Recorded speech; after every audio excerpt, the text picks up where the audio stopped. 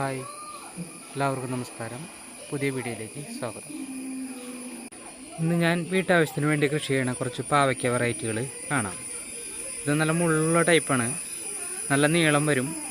ഒരു 350 ഗ്രാമൊക്കെ വെയിറ്റ് വരുന്ന ടൈപ്പാണ്. കയ്പ്പ് കുറവാണ് ഇതിന്.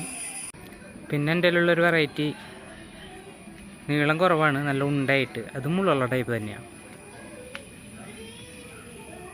ഞാനിത് കൃഷി ചെയ്യുന്നതെന്ന് പറഞ്ഞു കഴിഞ്ഞാൽ എൻ്റെ ഒരു സന്തോഷം, പിന്നെ വീട്ടിലേക്ക് വിഷമടിക്കാത്ത പച്ചക്കറികൾ എടുക്കാൻ പറ്റും.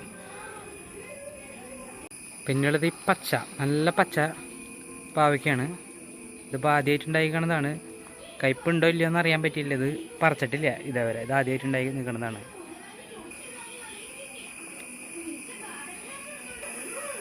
പിന്നെയുള്ളത് ഈ ഒരു വെറൈറ്റിയാണ്. ഇത് നല്ല വെള്ളയാണ്, പക്ഷെ മുള്ള് കുറവാണ്. കാണാനും നല്ല ഭംഗിയാണ്.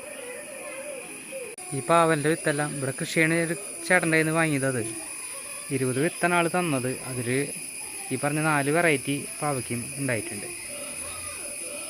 വളമായിട്ട് നമ്മൾ ചെയ്യണത് 2 ആഴ്ച കൂടുമ്പോൾ ഡോളമേറ്റോ കുറച്ച് കുമ്മായോ ഇട്ട് കൊടുക്കും.